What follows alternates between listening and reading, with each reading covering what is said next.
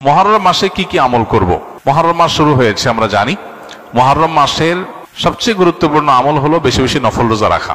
কারণ নবী করিম সাল্লাল্লাহু আলাইহি ওয়াসাল্লাম বলেছেন, আফদালুস সিয়াম বা'দা রমাদান শাহরুল্লাহিল মুহররম।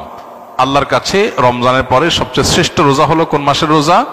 আল্লাহর মাস মুহররম মাসের রোজা। মুহররম মাসকে নবীজি বলেছেন কার মাস? আল্লাহর মাস।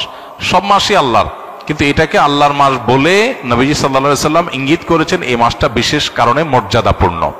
তাহলে আমরা আজকে যে মাসটাতে প্রবেশ করলাম, এই মাসটা একটা মর্যাদাপূর্ণ মাস। সম্মানিত 4 মাস সম্পর্কে কোরআন যে ধারণা দিয়েছে আমাদেরকে, আল্লাহ বলেছেন, ইন্না ইদ্দাতাশ শুহুরি ইনদাল্লাহি 12 শাহরান ফি কিতাবিল্লাহি ইয়াওমা খালাকাস সামাওয়াতি ওয়াল আরদ মিনহা আরবাআতুন হুরুম। নবমণ্ডল ভূমণ্ডল সৃষ্টির দিন থেকেই বছরের গণনা হয় 12টা মাস দিয়ে। এর মধ্যে 4টা মাস হলো সম্মানিত। এই যে 4টা মাসকে আল্লাহ সম্মানিত বলেছেন, এই 4টা সম্মানিত মাসের মধ্যে একটা হলো মুহররম। বরং 4টা সম্মানিত মাসের মধ্যে সবচেয়ে বেশি সম্মানিত যেটা, সবচেয়ে শ্রেষ্ঠ মাস যেটা, সেটা হলো কোন মাস? মুহররম মাস। এজন্য মাস হিসাবে রমজানের পরে সবচেয়ে মর্যাদাপূর্ণ মাস হলো কোনটা? মুহররম মাস, যেটা আমরা ইতোমধ্যে শুরু করেছি বা যে মাসে আমরা প্রবেশ করেছি।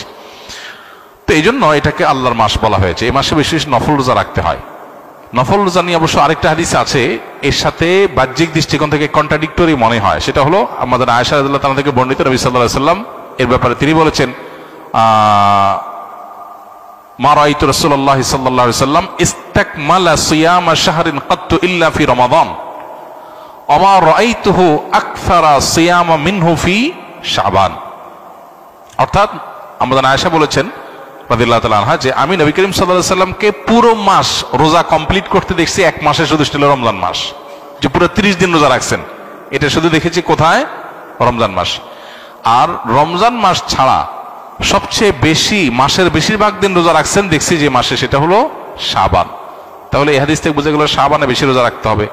আবার আমরা একটু আগে হাদিস শুনলাম, রমজানের পরে সবচেয়ে শ্রেষ্ঠ রোজা রাখার মাস হলো মুহররম মাস। নফল রোজার শ্রেষ্ঠ মাস মুহররম মাস, হাদিস থেকে বোঝা যায়। তাহলে রাসূল সাল্লাল্লাহু আলাইহি ওয়াসাল্লাম আমল একরকম, হাদিস আরেক রকম।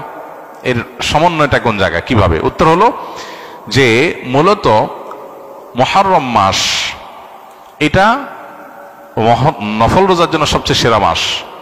এরপরে শাবানের মর্যাদা। নবী সাল্লাল্লাহু আলাইহি ওয়াসাল্লাম হাদিসটা বলেছেন, কিন্তু এটা আমল করার সুযোগ তিনি পান নাই। আল্লাহ তাকে দুনিয়া থেকে নিয়ে গেছেন। শাবান মাসেরটা আমলের সুযোগ তিনি পেয়েছেন। তাহলে নফল রোজার জন্য সবচেয়ে আদর্শ মাস এটা, সেই হিসাবে বেশি বেশি এই মাসে নফল রোজা রাখা দরকার। আল্লাহ যাদের তৌফিক দিয়েছে, মুহররম মাস উপলক্ষে আমরা 2-4টা হলো রোজা রাখা দরকার। এখানে আমরা যারা আছি বেশিরভাগ মানুষই হয়তো এমন, মুহররম মাসে আশুরা রোজা রাখা ছাড়া আর অতিরিক্ত রোজা হয়তো যারা সোম বৃহস্পতিবার রাখছেন, আইয়াম বীজ রাখেন, এটা হয়তো রাখছেন, মুহররম মাস হিসাবে রোজা রাখার সুযোগ বেশিরভাগ মানুষের হয়নি। তো এই হাদিসের উপর আমল করার জন্য হলেও আমরা মুহররম মাস উপলক্ষে 1-2টা রোজা রাখবো ইনশাআল্লাহ। দ্বিতীয়ত, মুহররম মাসটা সম্মানিত 4 মাসের একটা। সম্মানিত 4 মাসের বিধিনিষেধগুলো এখানে চলে আসবে। সম্মানিত 4 মাসে যুদ্ধ বিগ্রহ করা নিষেধের সম্পর্কে আয়াত আছে, যদি অনেক আলেমদের মতে এটা মানসুখ হয়েছে। আবার সম্মানিত মাস হিসাবে আল্লাহ তাআলা বলেছেন, ফালা তাজলিমু ফিহিন্না আনফুসাকুম, এই মাসগুলোতে তোমরা নিজেদের প্রতি অবিচার করো না। পাপাচার থেকে বাঁচার জন্য এটা বিশেষভাবে যত্নশীল হতে হবে। ইবাদত বন্দেগী রুটিন কাজগুলো বিশেষ আন্তরিকতার সাথে করতে হবে। এটা হলো মুহররম মাসের করণীয়। এছাড়া মুহররম মাসের মধ্যে আশুরার দিনটা আছে, সেই উপলক্ষে বিশেষ করণীয় আছে আশুরা রোজা রাখা। আশুরা রোজা রাখা এবং আল্লাহ তাআলা শুকর আদায় করা মুসা আলাইহিস সালামের বিজয়ের কারণে 2টা রোজা রাখা সুন্নাত আশুরাকে কেন্দ্র করে। এ হলো মুহররম মাসের করণীয়। এর বাইরে মুহররম মাসকে কেন্দ্র করে অনেক করণীয় আমাদের সমাজে আছে, যেগুলো একটাও কোরআন বা হাদিস দ্বারা প্রমাণিত নয়।